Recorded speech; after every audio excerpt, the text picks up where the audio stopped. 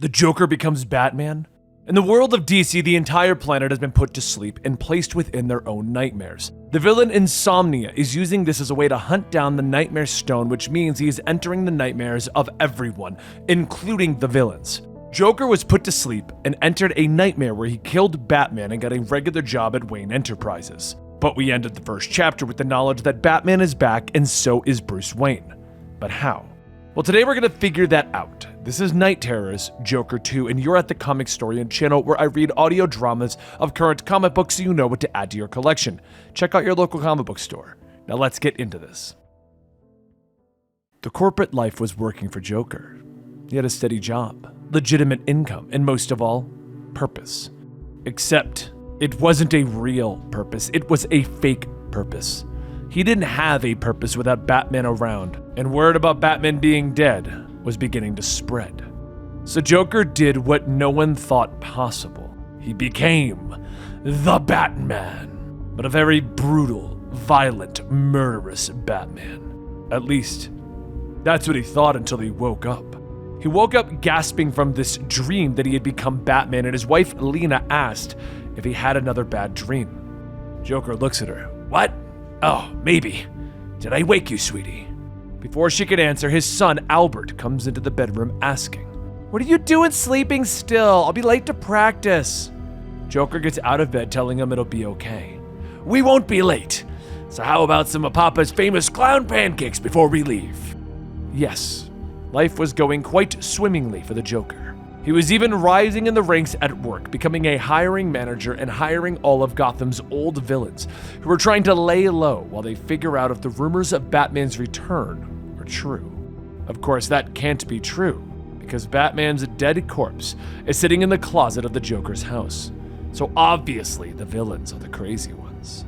Or are they? Maybe the Joker is the crazy one. His dreams of becoming Batman, they feel so real. For example, last night, he went on patrol stopping a mugging by none other than his former henchman, Gaggy. First, Joker made some quips while killing the two lackeys. Then it was Gaggy's turn. Gaggy tried to reason with the Joker. He told him that they used to work together, but the Joker took Gaggy's back.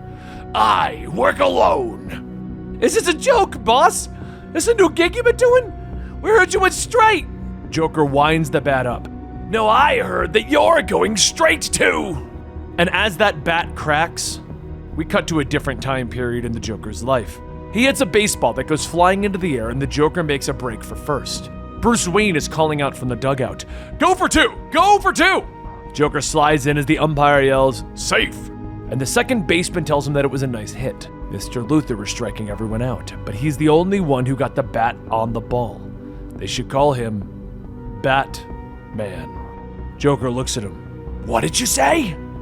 You know, because it's baseball, Batman. It's just a joke. Don't you like jokes? Joker begins to strangle the man. I love jokes! Lex Luthor yells to Bruce, telling him to get his man off the field. Bruce reels him back in. You did good out there. We should have dinner. My place. Any food allergies? Just shellfish. And Bruce tells him perfect. Later that night, Joker arrives at Wayne Manor, where John Dee, aka Insomnia, or rather, the role of Winchester, Bruce's butler, greets him at the door. I'm terribly sorry, but Mr. Wayne is not here. He was called away on urgent business and he won't be back for a few days. But Bruce walks up wearing his trademark Hawaiian shirt and purple hat. He begins to laugh. Of course I'm here, Windham. Have you been drinking again? Johan, so glad you can make it. The Joker comes in under his alias Johan, telling him that he hopes that it isn't about the baseball game. What? No, have a seat, Johan. He walks to the other end of the comically long dining table. Bruce says that Winthorpe here has cooked them a lovely meal, an appetizer of oysters, followed by delicious lobster bisque, and then the main course of black pepper crab. Joker scoffs. I hope you don't mind the anaphylactic shock. Oh, that's going to be perfect. If this isn't about the baseball game, why do you have me here? It's because you've been doing great work, and I feel that something is off. Like you're not your normal self, the one that we hired so long ago. Well, legal said that I couldn't joke around as much with all of the lawsuits still pending. Bruce begins to shovel food into his mouth. We need spirit in this world. We need people to be a little crazy. A man without a sense of humor is like Gotham without Batman. Joker yawns. I thought Batman died, but apparently people keep seeing him. That's what I'm talking about. You're so funny, Johan. If Batman ever died, people would lose their minds. Everything would be so boring. Maybe that's what's wrong with you. Batman died and part of you died with him. Without Batman, you're broken. But this imposter is awakening something. But then Bruce bursts out laughing. I'm just kidding. We all know that Batman is fine, watching over us all. So whatever seems wrong with you, you must simply be imagining it. Maybe this is all a dream. Winchester leads in whispering. You'll have to excuse the sir. He has a shellfish allergy that makes him act erratically. Stop whispering about me, Wilson! Joker blinks again when his name is called. And then he looks around. Where am I? And one of the board members at the meeting that he forgot he was at is telling him about the new expense reports, and he just spaced out like a nut job. Nut job? Very funny. I'm very funny. Here's a joke for you. Joker begins to stab the board member with a pencil. I'm gonna tear your head off and use your throat like a toilet. Then they're gonna stitch your stupid head back on and bring your body to your daughter's birthday next week as a diarrhea piñata. But Mr. D walks in the room and the Joker looks back. Oh, you hadn't told me that you'd be at the meeting. He stabs the body one more time and then pushes it onto the table as Mr. D looks at him.